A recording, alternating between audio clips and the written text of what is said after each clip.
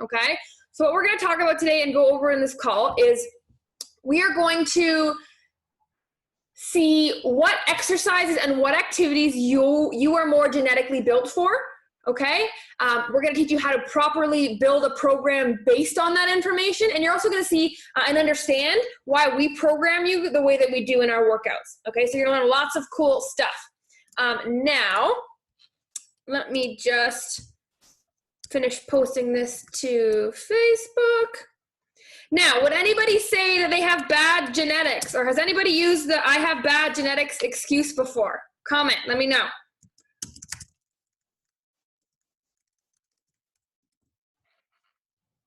Has anybody used it before?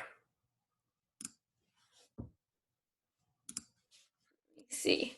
Yeah, no, yeah, no, yeah, guilty, yeah. On and off, yep. Ashley said she's used big bone before. I love hearing that one. Okay, so this is what we're gonna do, guys.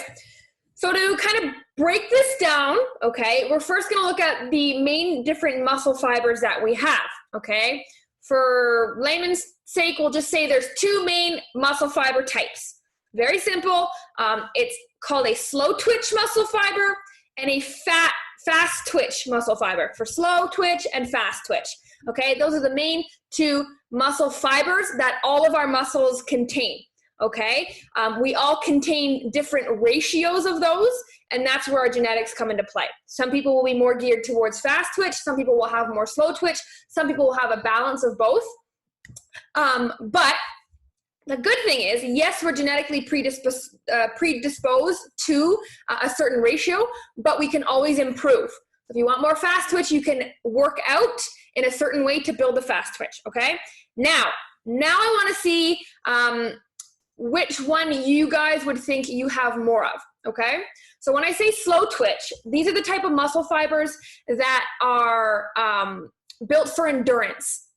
So if you have more slow twitch fibers, you can last longer, you don't fatigue as easy, you would be more of a long distance runner as opposed to a sprinter, okay? So that's your slow twitch, and your fast twitch is the opposite, okay? So they are powerful fibers, they're explosive, you got lots of power over a short amount of time, okay? So that would be a sprinter, okay? So let me know what you guys think you are. Do you think you have more slow twitch or more fast twitch? So would you be better at a 100-meter sprint, or would you be better running a 10K?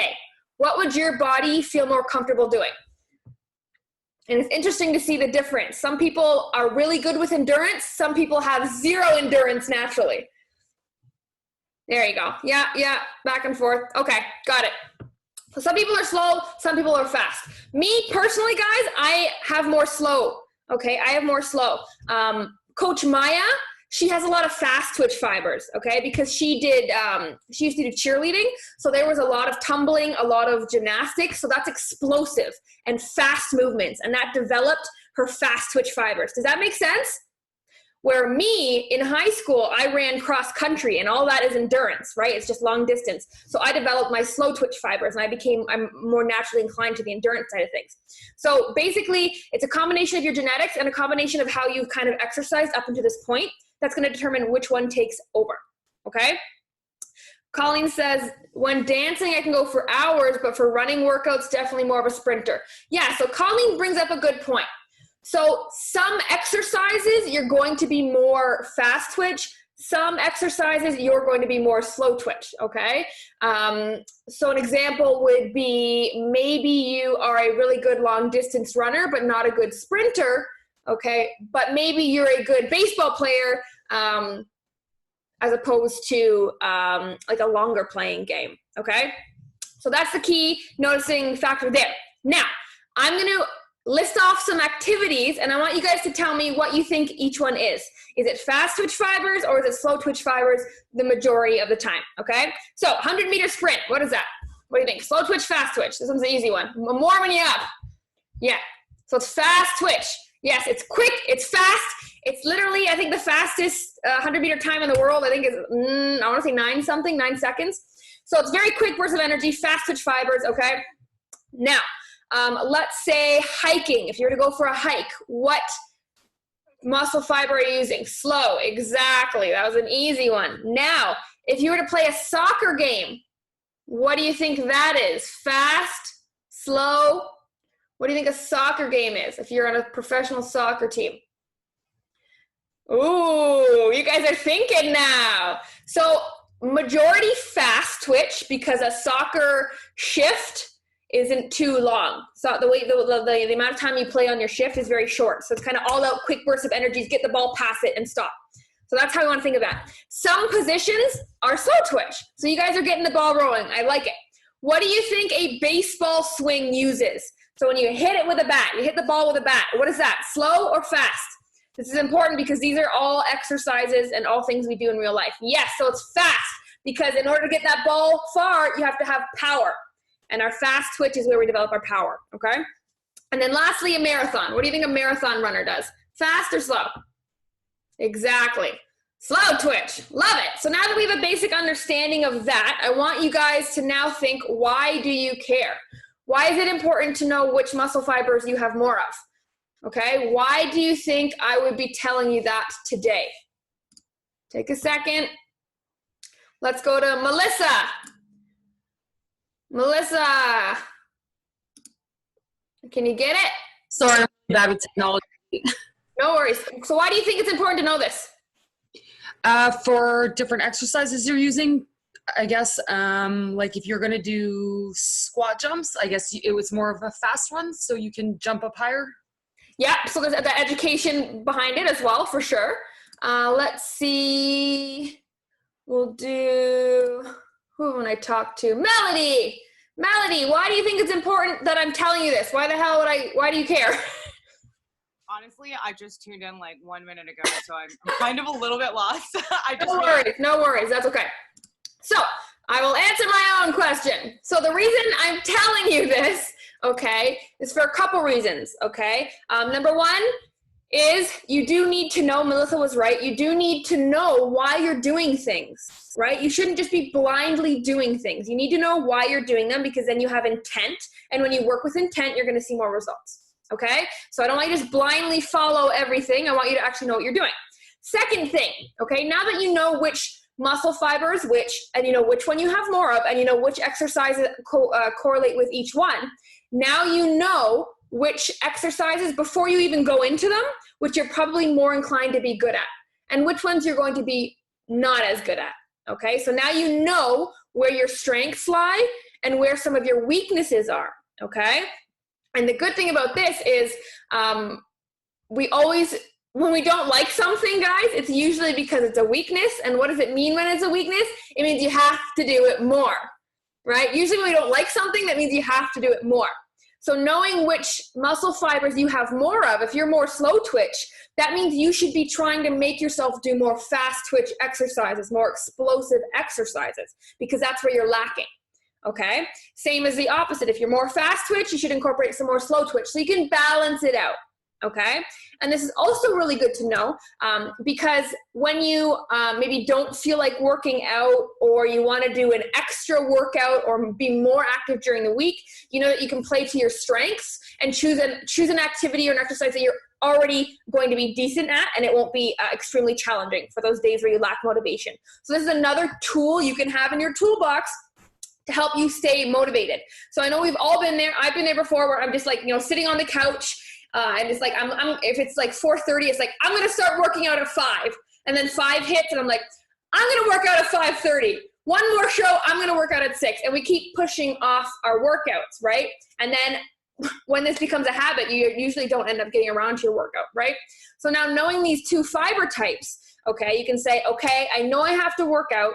Okay, I know I'm not feeling like it. If I'm more slow twitch, I will pick a slow twitch activity, like a walk or like a long distance run, where it's not strenuous, where it's not challenging me mentally. I'm already decent at it.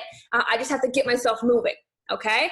And then same on the flip side, when you're having a really good day and you've got lots of energy and you're really motivated, that's when you would go to the twitch fiber that you're not good at, because you have this energy motivation to work on it. Okay, so use that as a tool for motivation as well.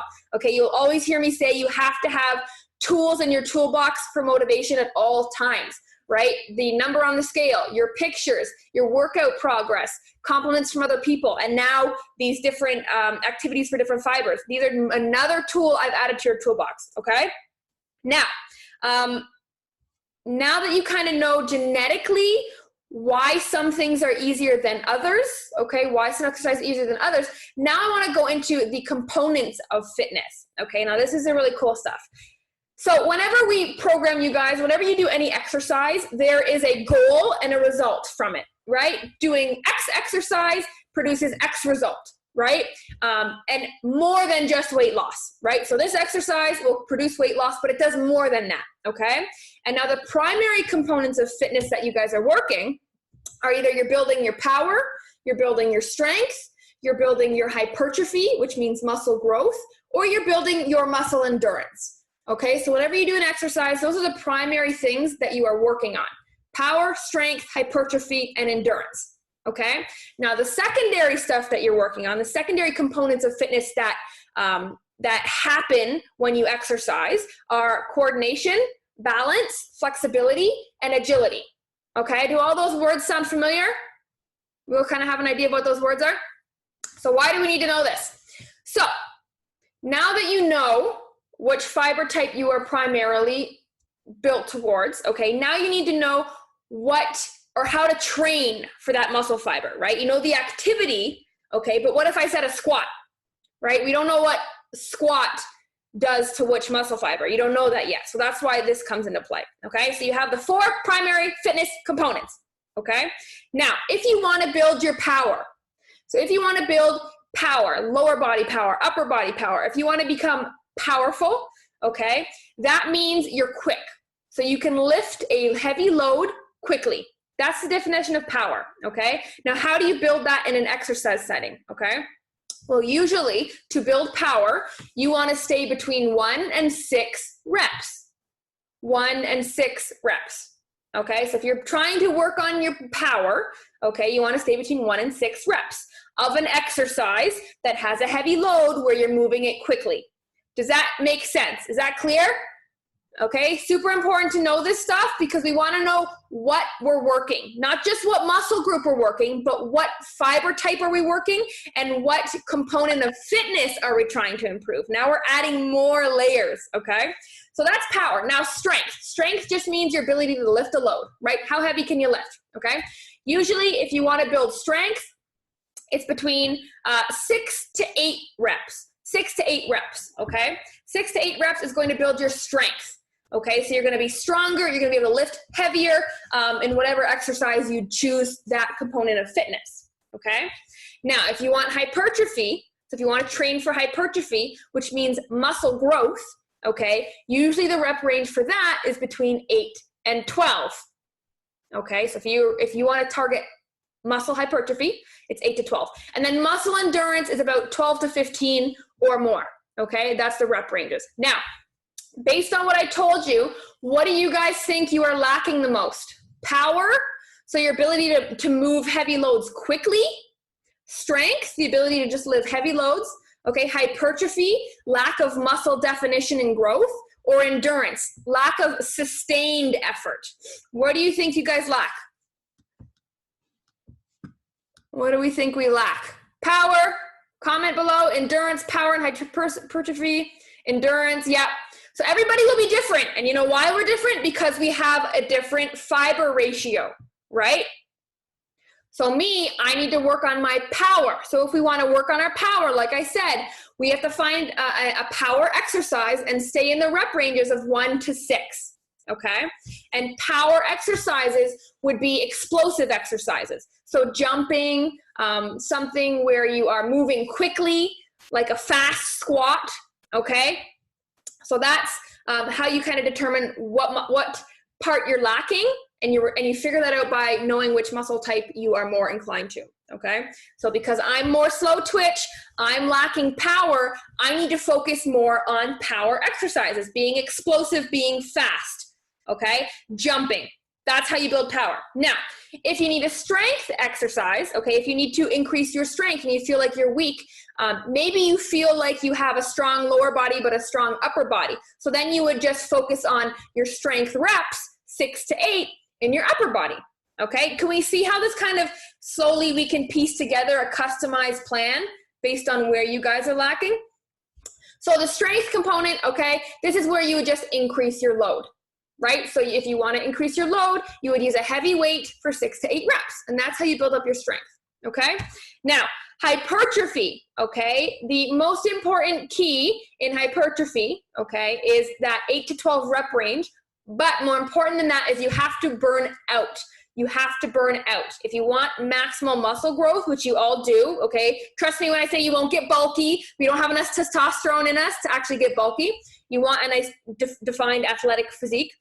So we have to burn that muscle out when we work out. So if your goal is to get as toned as quickly as possible, every set you do should be burning, okay? You should have like the ugliest workout face. You should be dripping with sweat because you're using 100% of your muscle, okay?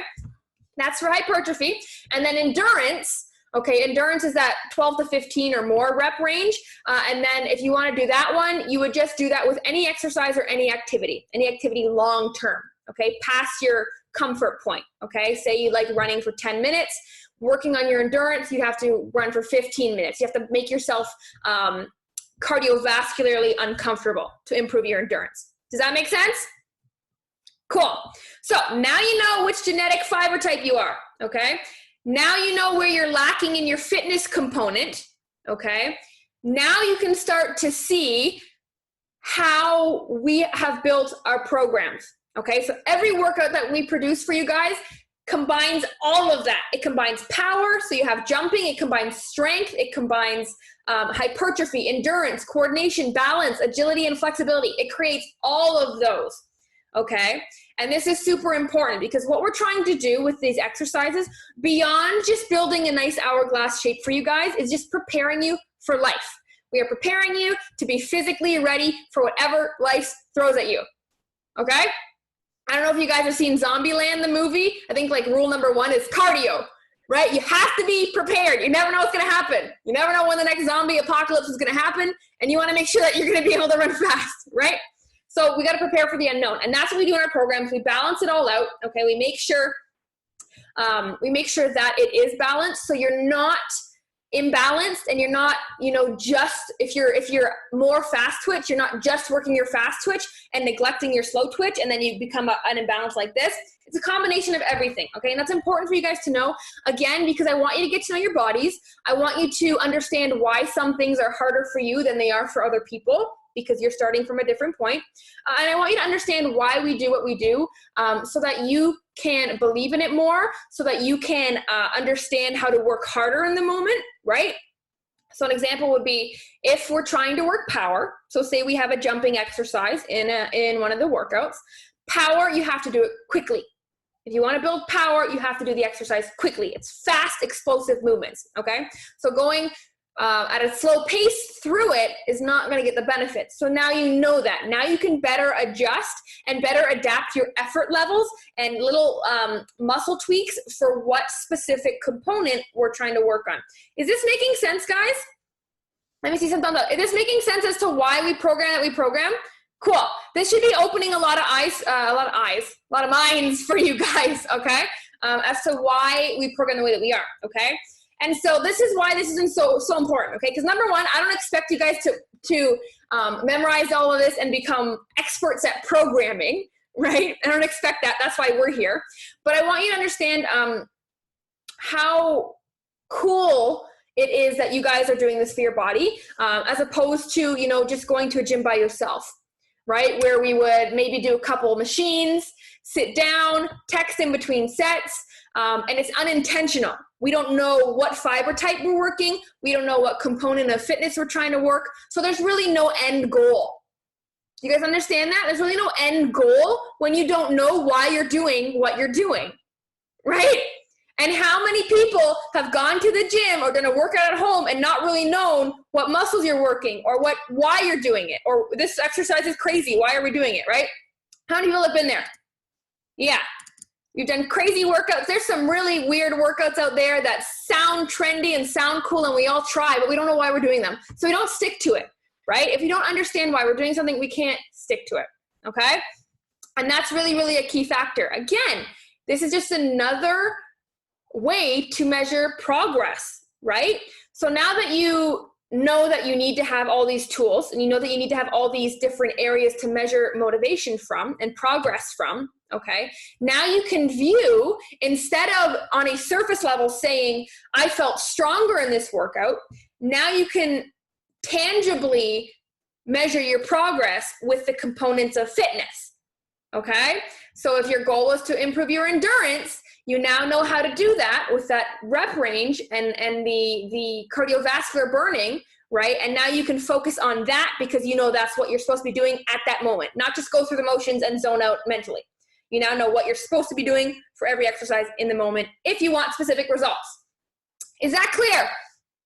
So now you can work out with intention. You're not going to be floating through your workout wondering, oh my God, why did they make us do this? Oh my God, none of that. We're super clear. Any questions on that so far? Colleen says she thought she knew what she was doing, but was wrong or misinformed. Yeah, so here's the thing. Unfortunately, guys, and maybe you guys have experienced this, unfortunately, the fitness industry isn't very well regulated. Okay, you don't necessarily need to go to school or even have a certification to become a personal trainer. Did you guys know that? It's quite unfortunate. So most of the time, the people who maybe you've watched or listened to or actually been trained by only have a certification if they have one. They haven't been to school for it. Nothing wrong with that, but here's the thing.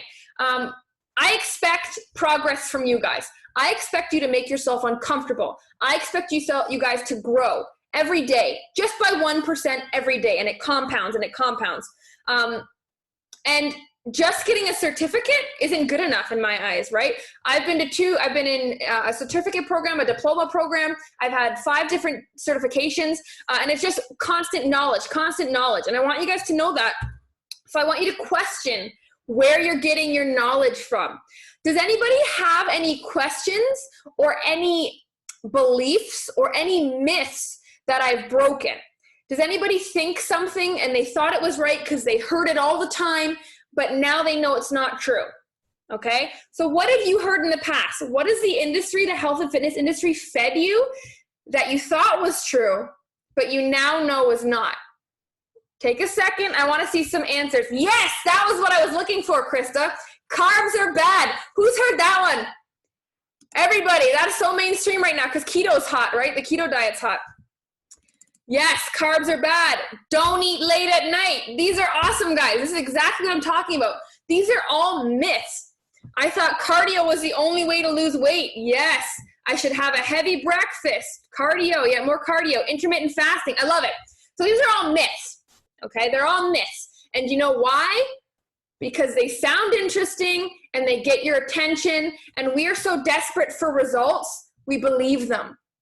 We kind of hook on to anything we see. If it's new, we're like, well, I've already tried everything that's been put out, so now I'm going to try this new thing, and I'm going to hook on that and hope that saves me. Who's been there? Who's been there? Yep, absolutely. So let me address all of these. I love this. So carbs are bad. First of all, this is what I want to say. I will never knock the keto diet. It has some health benefits for people with seizures and IBS. It's actually been proven to be more beneficial for them. But as far as long-term goes, I really love pizza. I love ice cream. I love watermelon in the summer. I don't want to live in a world where I can't have my carbs, okay? And the human body is actually made. We have different energy systems. And our main source of energy as humans is glucose. And that's only found in carbohydrates. So if we stop eating carbohydrates, our body was built to use that as our main energy source. So why are we going against what our body was literally built for, right? So carbs are not bad. There's a difference between healthy carbs and unhealthy carbs, right? You have your healthy carbs like vegetables, fruit, grains, like Ezekiel bread, rice, lentils. Those are healthy carbs. And you have unhealthy carbs like pizza, pasta, ice cream. All that's unhealthy carbs. But neither of them are going to cause you to gain weight. Okay? It's not because you eat a certain food that you're gaining weight. Okay? The problem is the amount of foods you're eating. Okay? It doesn't matter if you have 1,000 calories of broccoli or 1,000 calories of ice cream. the body sees the calorie as the same thing, and you've just put on 1,000 calories. You just put 1,000 calories in your body. So there's a little trick too, a little myth busting there. So carbs are not the enemy. Carbs are the most important source of energy for our bodies. Okay, so don't be afraid of carbs. A lot of women, and I used to be like this too. Before I started to educate myself and went to school, I thought carbs were bad. I'd avoid all carbs, right? Because I thought the second I ate it, I would be fat. I thought that was what was making me fat, when really it was just I was eating too much of everything, not just carbs, too much of everything, okay? Cardio, yes.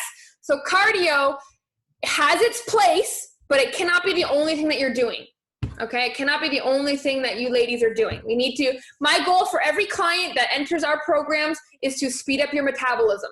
Why? Because speeding up your metabolism makes you burn fat, and it's gonna make putting on muscle easier. And that's the perfect combination, when you become a fat burning machine and a muscle building machine. And then life becomes easy, maintaining your weight becomes easy, and you get to eat a lot more food without changing your weight, which is nice. So it's my goal to help you build your metabolism up. A lot of the times when you overdo it on the cardio, that does the exact opposite thing. It's gonna slow your metabolism down, unfortunately.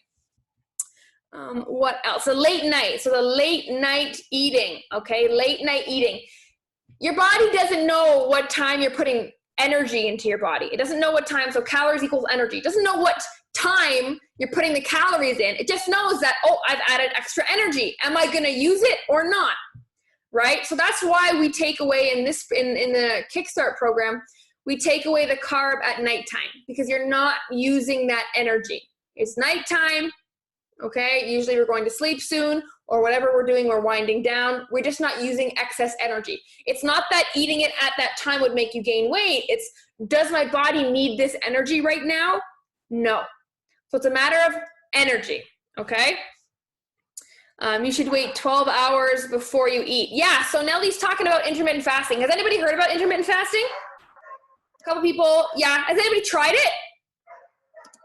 Yeah. So intermittent fasting, it's so funny. It's not really like a thing. It's just something people have always done. It's funny. I intermittent fast every day, but I don't call it intermittent fasting. That's just my schedule. That's just my schedule. I stop eating usually at like 5 o'clock, and I don't have my first meal till 10 or 11. So I have a lot of fasting hours, and I intermittent fasted, but really that's just what fits my schedule. So it's not like intermittent fasting and having that huge break makes you burn more fat in that break. It's not. It's just you've gone longer without eating, so you have a shorter window to fit your calories in. That's the trick. That's all it is. So it's just a trendy word they use to get you on another diet. What else? Carb cycling. Ooh, Mackie, you are getting into it. Okay. So this is, if you guys really want me to go into this, this is the cycle every woman should go through. Okay. Phase number 1 is weight loss. Well, fat loss. So phase number 1 is fat loss. We have to get rid of all the excess body fat on you so we can see what we're working with underneath. That's phase 1. Okay. You got to be in a calorie deficit. So you have to burn more calories than you're taking in to burn fat and see what you're working with. That's phase 1. Okay. Phase 2 is the really fun part, guys. Phase 2 is the fun part. But here's the thing. No one ever makes it to phase 2. We keep going back and forth to phase 1.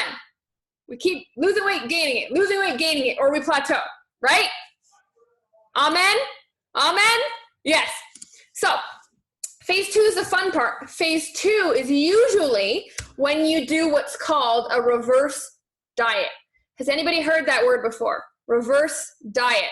Couple yeses, couple no's. Has anybody tried a reverse diet before? No. Okay. So this is basically what a reverse diet is. So phase 1 is fat loss. Phase 2 is muscle building phase, maximal muscle building.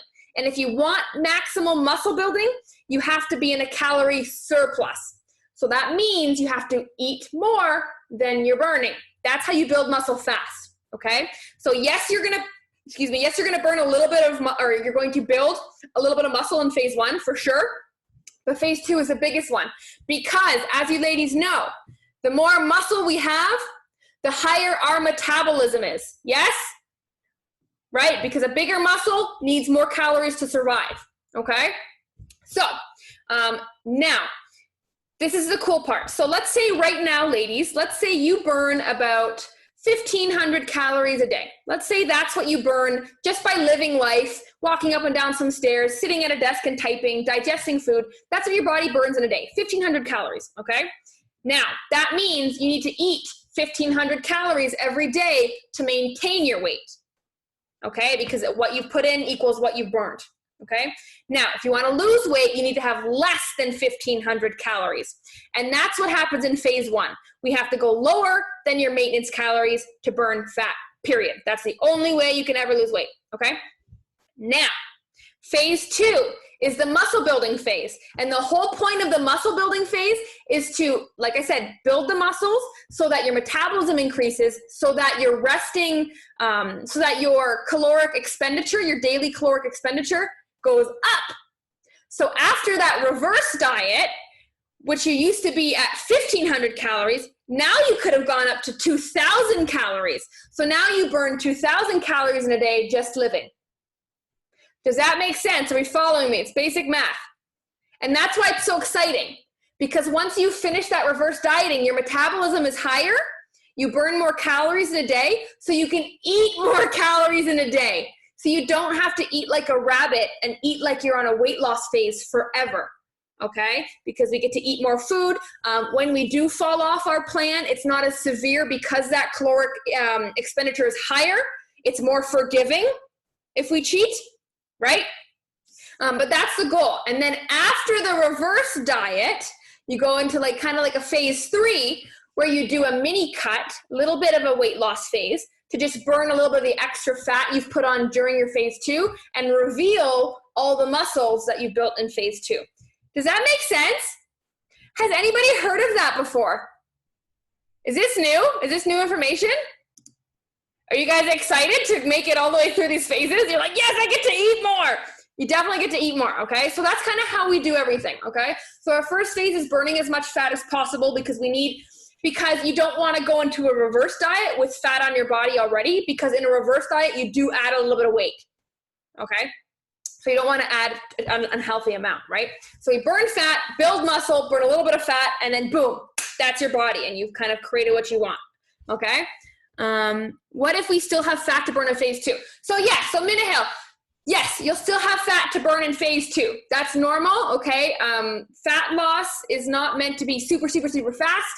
It's not sustainable if it's super, super fast. It can be fast. Like you guys are all seeing big numbers drop, which is exciting and healthy and normal. But phase 2, you will still have some fat loss to do. That's normal.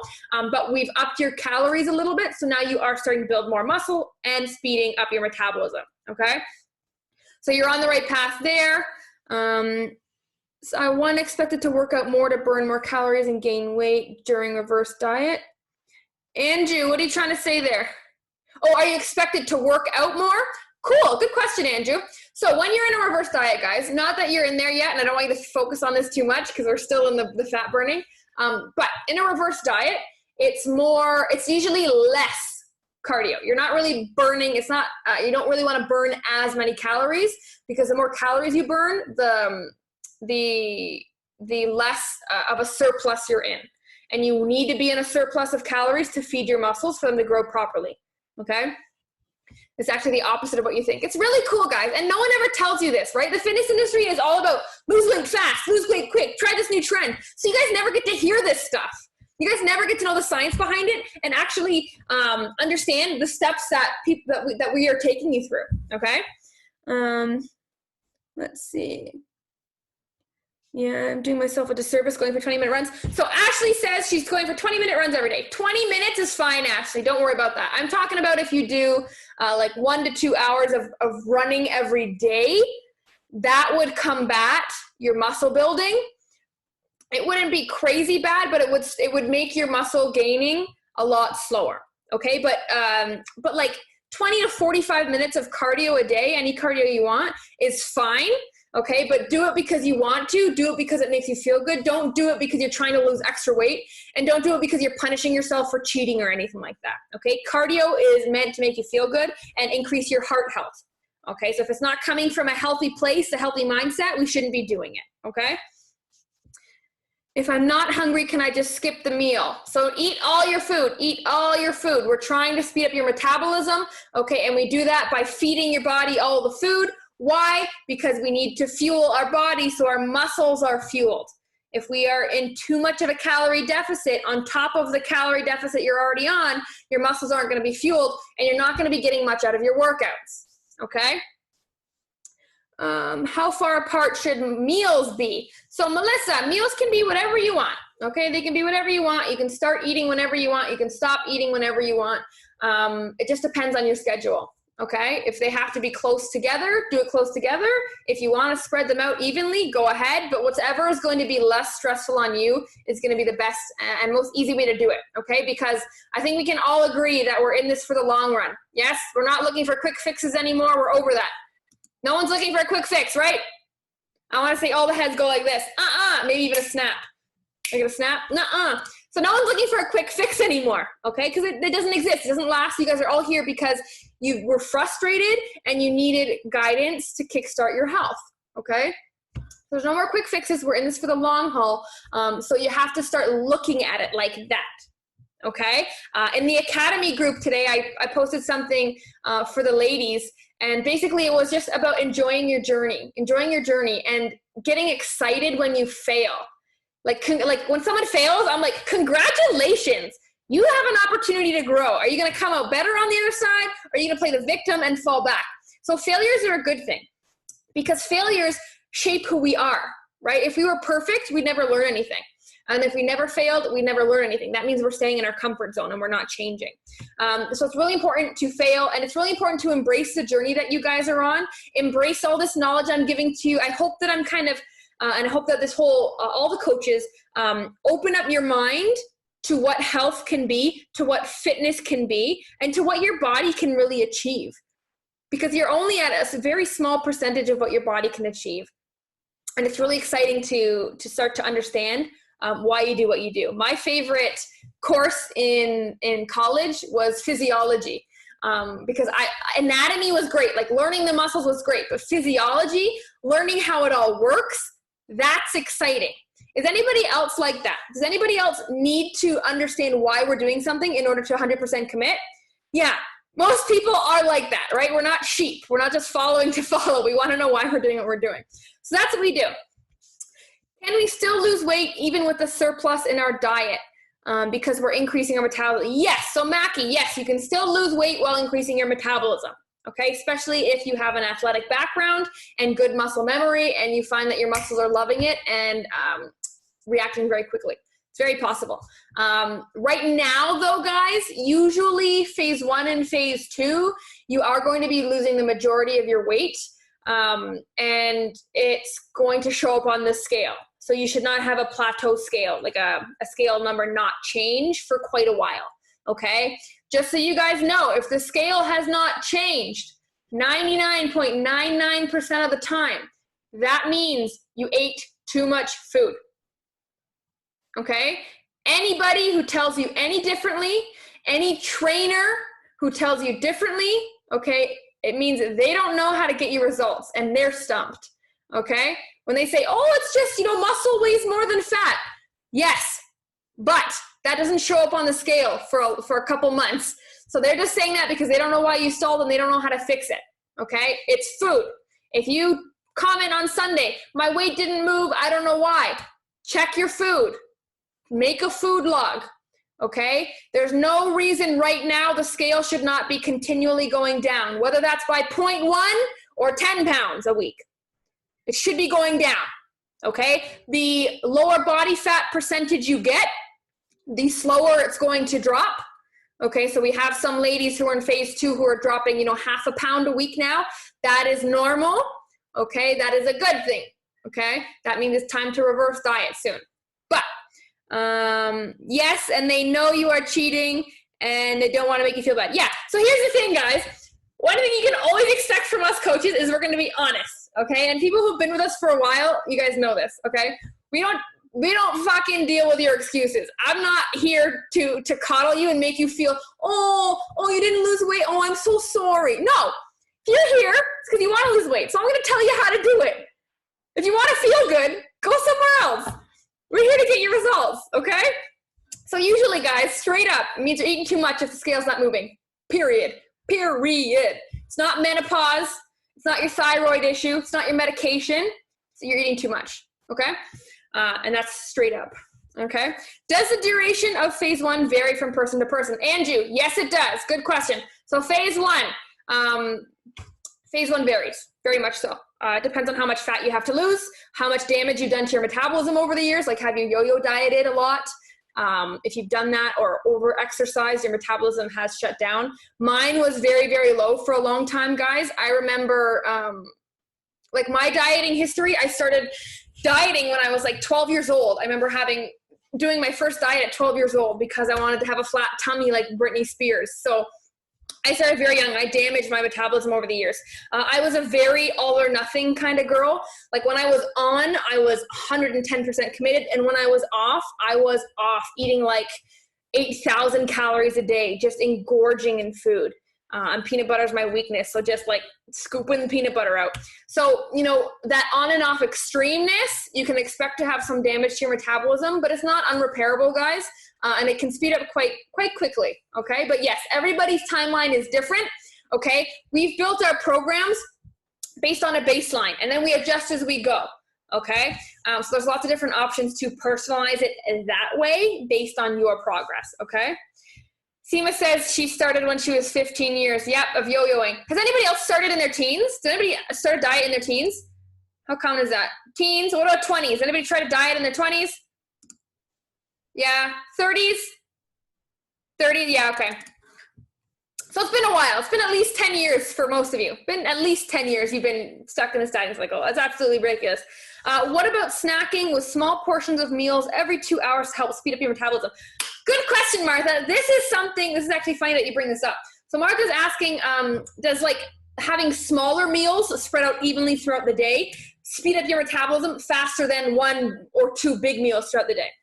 The short answer to that is it doesn't make a difference. Numbers are numbers. Calories are calories.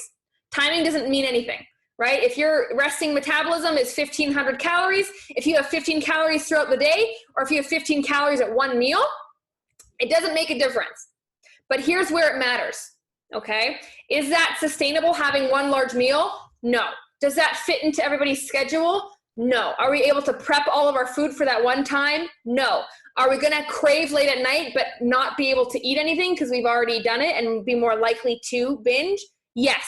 So weight loss wise doesn't make a difference. Health wise, it makes a difference. Okay, building healthy habits, having a healthy mindset, fueling our body properly so we are have sustained energies through the day, so we have energy available for our workouts.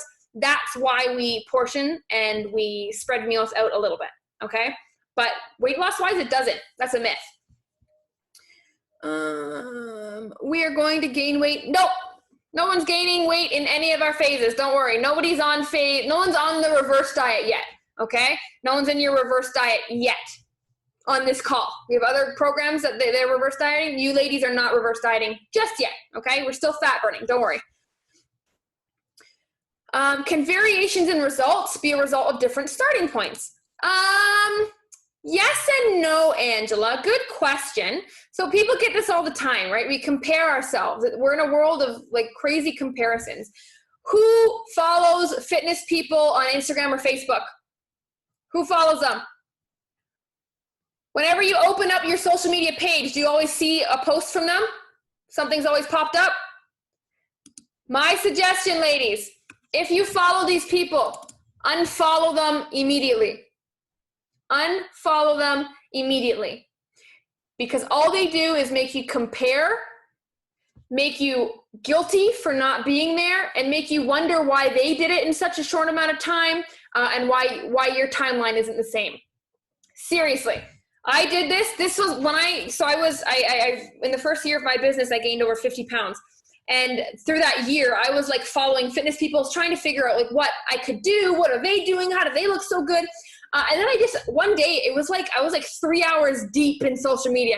Did anybody else get lost in social media before? I was like 3 hours deep and I was like, this is ridiculous. That moment, I unfollowed every single fitness woman that I was following. and follow every them. It's not worth your heartache. It's not worth your time.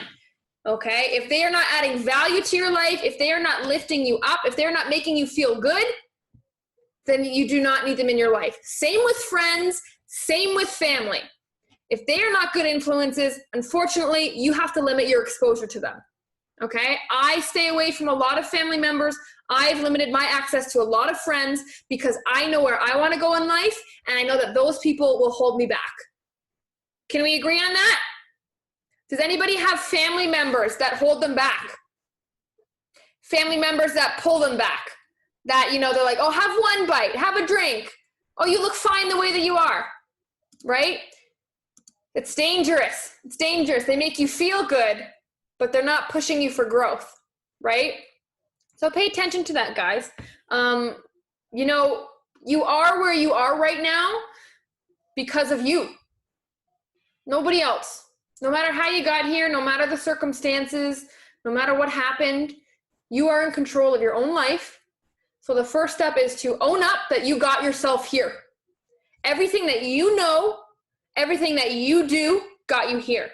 So if you want to be somewhere else and you're not there, that means you cannot get there by yourself, because you by yourself gets you exactly to where you are right now. Does that make sense? Is that clear? We can only get ourselves to the level we are currently at when we do it alone. Okay? If I'm at level 2 in life, I can only ever make it to level 2 alone. Right? That makes sense. An Olympic athlete does not train for the Olympics alone. They hire coaches. Right? You guys are trying to become athletes of your life. Take advantage, take control of your life. And that's what you're doing and surrounding yourself with people here. I have business coaches I hire. I have relationship coaches. I have fitness coaches. I'm constantly learning. Right now it's over $500,000 we've invested into coaches and programs and learning and getting mentors and helping us level up so we can help you level up. Okay, but remember, you will only ever take yourself to the level you are at now because that's the only tools you have. You're stuck in your mindset and your habits, and that's got you where you are today. So very important, own where you are, accept it, okay? That's a big freedom in that. Big freedom. I go to bed happy at night. I go to bed with no stress on my mind because I know that I am in 100% control of my life. Nothing can happen to me that I would not be able to handle and control and change for the better. I am extremely calm with that thought. I used to have really bad anxiety, really bad social anxiety. I've been through bouts of depression. And until I realized that I was in control of my own destiny, I was victim to those feelings. I played victim to those feelings. And then the second I accepted and realized that I can take myself wherever I need to be and wherever I want to be, all that anxiety and that stress went away. Seriously. Does anybody suffer from anxiety? Does anybody have bouts of anxiety or crazy dips in their mood? Sometimes, yeah. It's pretty intense. But the thought that gets me through those moments is that I can do whatever I want. I can take my life wherever I want, whenever I want. And if I'm unhappy at the end of the day, if I'm sitting in bed, or if I'm crying in the washroom, or I'm crying in a change room because something doesn't fit me nice, I'm in control. I have done that to myself, and I will do better the next day. I will do better the next second. Does that resonate with anybody? That should be a very calming feeling. You can get anywhere you want in life. You are so in control. Nellie says, since COVID, my anxiety has been bad, and that's why I gained my weight. So Nellie, are you blaming your weight gain on being anxious? That sounds like an excuse, right? So that's what you need to think about, guys. You need to think about that stuff. You need to think about where they're coming from, where your thoughts are coming from. You need to question your own thoughts because media, family members, everything has built you up, right? Nature versus nurture. Everything that's nurtured you has shaped the way you see the world. Your experiences, your exposure to certain things, they form the way that you process thoughts and you act and you react. So sometimes we need to actually question what we never question. You have to question the unquestioned. We're so quick to judge and question everything around us except that which we never question. Why do we react this way? Why do I act that way? Why do I feel like this? Why did I do that? Those are all really important questions if you guys want to level up. Knowing why you are the way that you are and breaking the beliefs that you've built around that. Okay? For so long, I was a prisoner to the word introvert. I was a prisoner to the word introvert. My whole life, I was told I'm an introvert. I was shy. I was quiet. And I believed it. Everybody told me. My family, my friends. And so I kept being those things. And then one day, I realized that I didn't like being quiet. I didn't like not being able to hold a conversation with anybody. So what I did was I just practiced having conversations with people. And then I realized that I was being held prisoner to the word introvert for so long that I believed it and that I never questioned it. I thought being an introvert was my identity. I thought it was part of who I am and who I'll always be. But do I sound like someone who's introverted now? No. You have to have people in your life that will check you like that. You all have beliefs like that. You guys have all these imposed beliefs that you don't even know are there yet, that have gotten you to where you are. And where you are is not where you want to be. So those beliefs have to change, right? Yeah, Mackie says, I don't seem like an introvert, right? And it just took a lot of work. That's all. It took, number one, I had to recognize that I had a limiting belief. And then number two, I had to have an action plan to change it. Because I knew I wanted to change it, and I knew I wanted to get somewhere. I knew I wanted to influence people. I knew I wanted to help women, and I couldn't do that without a voice. And I find so often women don't have a voice. So often. We're too timid. We're too shy. We don't want to offend anybody. We don't want to reject anybody. We don't want to say no. We want to be the healers. We want to be the helpers. We want to be the nurturers, the mothers, the caretakers. We want to be liked. But often the people who we want to please the most, ladies, are the ones that we need to really ask if they should be in our lives. Why do you feel the need to please everybody? Does anybody feel that way? Who feels like we need to please people or take care of people or don't want to be judged by someone? Those are often the people that bring forth those feelings in us are usually the people that aren't great influences. And you really need to ask yourself, should they be in my life? Should they be in my life? That's a very hard question, right? One of my favorite things to tell you ladies is that there's no like magic pill to build willpower. Okay, willpower just doesn't happen. And willpower and motivation aren't really things. They're just words we throw around. And the only difference between you and me is that I don't put myself in situations where I need a crazy amount of willpower. So that means I've restructured my life. I've restructured my circle. I've restructured my environment so that I am more likely to be successful. Okay? If you have junk food in your house, if you have people who constantly want to go out for drinks all the time, if you've created and let your environment foster these bad habits, you need to audit your environment. And if you don't, you're going to stay the same because it's your environment and your habits that have brought you to where you are. Does that make sense? We follow me? Good. Took a lot of effort to change my mindset, Angie said. Absolutely. And guess what, guys? The effort never ends. If you keep rushing to an end point, you'll never get there. Okay? There literally is no destination. Because when you hit what you think you want to hit, you're going to be unhappy and you're going to want to go for more. There is no destination. Health is a forever game. You do it for as long as you live because it's going to make you happy. It's going to make you live the best life you could. So it's a forever game. So stop rushing to a number on the scale. Stop rushing to a certain pant size. Stop rushing to get ready for a vacation. Enjoy what you're learning. Enjoy who you get to spend all of this time with, all these amazing fit queens. Enjoy your mindset shifts. Enjoy learning from your failures. Enjoy all the beautiful habits you're starting to build. Enjoy that, accept that, be present, stop rushing somewhere, and then you'll actually be content. We don't live in the present. We're like, when I get here, if only I could get here. And then we never get there. And we're always grasping for something that's never there. The journey is the fun part. The journey is where you change, where your life change, where you get to be a leader in your family's life, in your friend's life, and influence people and inspire people and inspire yourself. So there is no destination.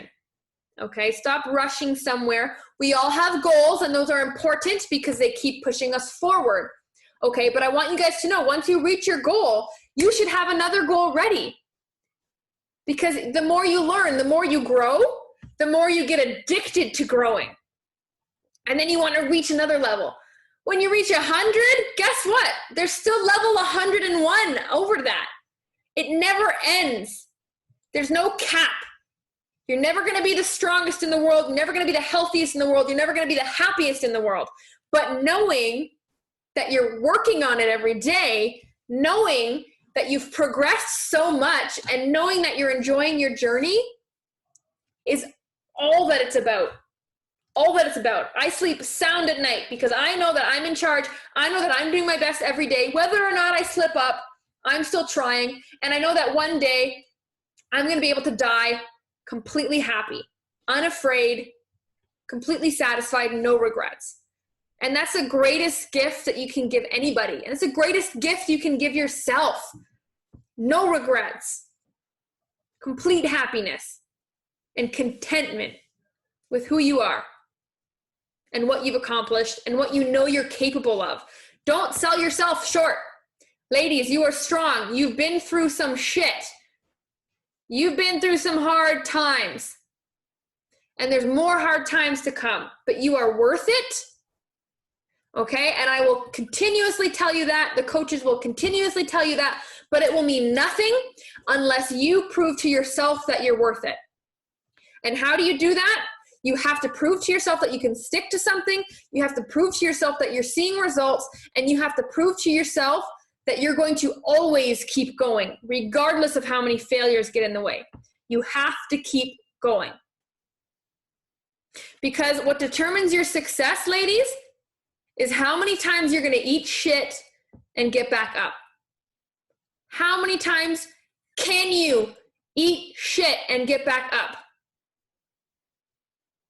Forever? Because that's what it is.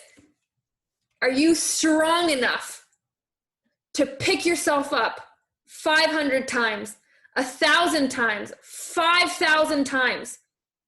Are you strong enough? Only time will tell, ladies. I'm going to keep picking myself back up. I know I'm not perfect. I still have goals, and I still work towards them. I will eat shit the rest of my life. But you know what? You know what I've realized, and you know what I've transformed my mind into? I live for that. I live for being uncomfortable. I live for being anxious, because that means I'm doing something that I'm not used to. That means I'm growing. I'm exposing myself to growth. And that is exciting. And that is what makes me happy. My happiness is directly related to how much I grow. If I stop making an effort to grow, I notice that I fall back into anxiety and depression. 100%. 100%. So, ladies, I will leave you with that, okay? Lots of powerful stuff. What I suggest you do, okay, I'm going to post this in the Facebook group. Please rewatch it whenever you can really absorb all of this more, okay? I don't waste my breath. I say important stuff.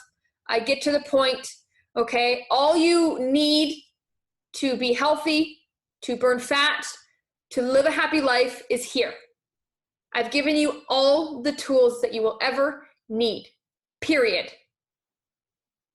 So are you going to keep them? Are you going to stick with them? That is up to you. Okay, and I want you to understand the gravity of that, because again, this is a world of instant gratification, right? Giving into that piece of cake on the weekend, that was because you were instantly gratified. Instead of holding out on that piece of cake for a month, dropping 10 pounds and starting to see your abs, that takes longer. That's not instant gratification. The real success, the real treasure, the real accomplishment is on the other side of pain. Are you facing pain or are you avoiding pain? Ask yourself that. Because I still avoid pain in my life. I'm guilty of it. It's a bad habit. But I'm able to recognize it. I have a partner, Ryan, who calls me out on it. And then I jump right back into the pain. You get to a point where it's actually fun. It's actually fun being wrong. It's fun noticing your flaws. And it's fun growing. It's not easy, but you start to really enjoy it. And you really start to believe in yourself because you know that you can take crap from all directions. You can get criticized by strangers, by your family, by your friends, by your significant other. You can get criticized by everybody and be okay and not get defensive and not get judgmental. You can accept it and reflect and say, do they have a point? If they do, I change. If they don't, I'm assured in myself that it doesn't matter what they say. And that's what we're trying to get you to, get your mindset to, okay?